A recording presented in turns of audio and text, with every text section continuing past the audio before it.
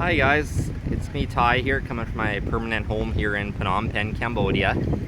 And I just wanted to talk about, I've been here over a month already, so I can tell you guys about my monthly budget of how much it costs for me to live here in Phnom Penh, Cambodia, full time. And what it comes down to is I pay $125 a month rent to stay at a guest house. I just share a bunch of rooms with a bunch of other people. There's 16 of us sharing a room. So I get free AC and free electricity and free running water for taking a shower. And then my only expenses after that then are my food, which my food is $2 per meal is my budget. So that's $6. And then once I add drinking water on there, I round it up to 10. And yeah, so the drinking water, what we use here in Phnom Penh for us that stay here over a month, we get the big water cooler jugs, just like you guys have in the US at all your office buildings where you tip them upside down on top of the water cooler. Ours look identical to that, except that ours here actually have a spigot on the bottom too that you can optionally use if you want. So that's what a lot of us use, is just that spigot. We never even bother to buy the electric water cooler like all you guys are using at your office buildings in the USA. And then my visa here, I just got that back. And when you enter the country, you're supposed to come here on an e-ordinary visa, what you sign up for, because that one there, you'll never have to leave the country. You can stay here indefinitely forever without ever leaving Phnom Penh, never having to do a border run, nothing like that. The tourist visa, if you get that one's $30. You're only saving $5, but you can only extend it one time, and then you are forced to leave the country, and that gets expensive when you got to go pay your fees and the tip and extortion money, when you go to cross the border each time. So yeah, get the ordinary visa. So yeah, I just got my 6-month visa back, and that's good until sometime in the beginning of August here, which is right when the school year starts, when they start hiring teachers, which I think they'll be starting to hire all of us in July already, and then the school year actually starts in August. So that cost me, like I said, $200 for 6 months. It comes out to like $34. So about the same as your $35 1-month visa. And like I said, yeah, eventually maybe I'll get it figured out. It's only supposed to cost $90 if you go into immigration yourself and fill out the 6-month visa, but the immigration officer pretty much just turned me away, and I went through a visa agent instead. So yeah, that comes out to what, like $470 a month I have there, and then I probably add the other $30 just for all the little things, if you need Ziploc bags, if you need sunscreen, lotion, shampoo, toothpaste, a new toothbrush, all that stuff. So then that'll push you up to $500. So that's what I'm living on here. Is I live on less than $500 a month.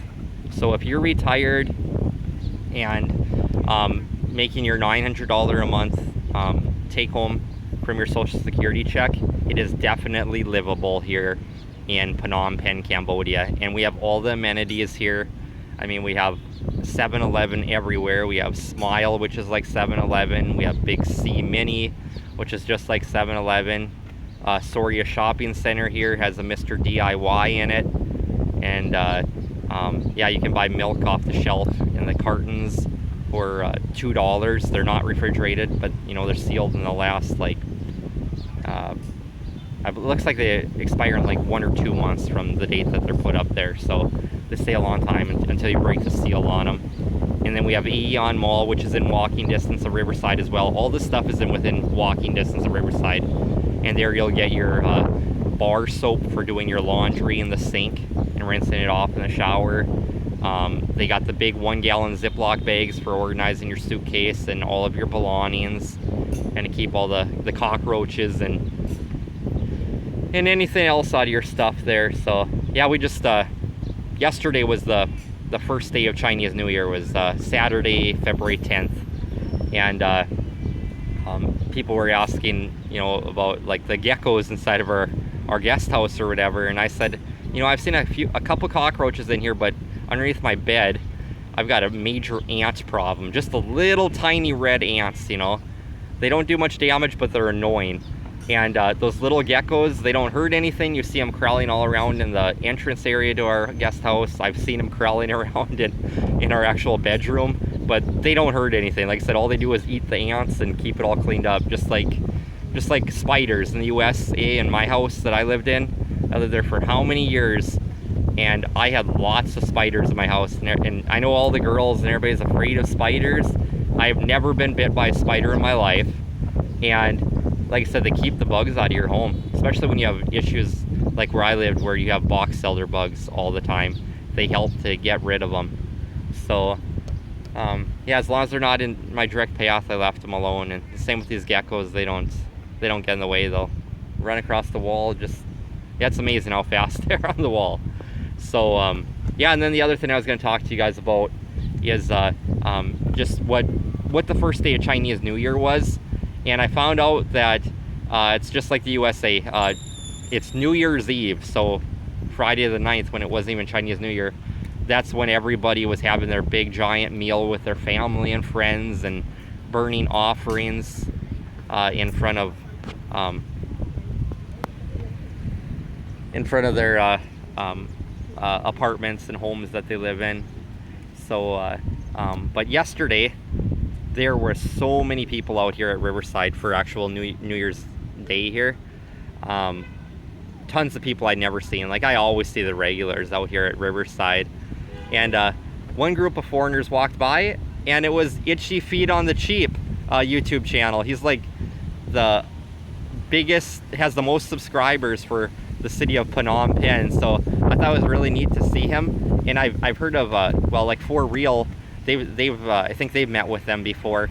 And I know that, you know, the host of Itchy Feet on the Cheap, that he's like 6'4". He's very tall, from Canada. But they say his girlfriend is really tall, and she was walking next to him, and she was almost as tall as he was. So those two, they could be like on the Cambodian basketball team, because like Ivan Musto, he's a YouTuber here in Phnom Penh, and he's 6'3", and he actually does play on the Cambodia basketball league here, he said. So yeah, he was born in like Russia, and then his mom married a much older man in Italy, so they went to Italy, and then his dad like was retired or whatever, so they came to Cambodia, I think, and his dad passed away, and he graduated from high school here in Phnom Penh, Cambodia. So he's always got a lot of good info. I followed his channel a lot and was able to ask him a lot of questions and stuff of seeing how to save money here in Phnom Penh.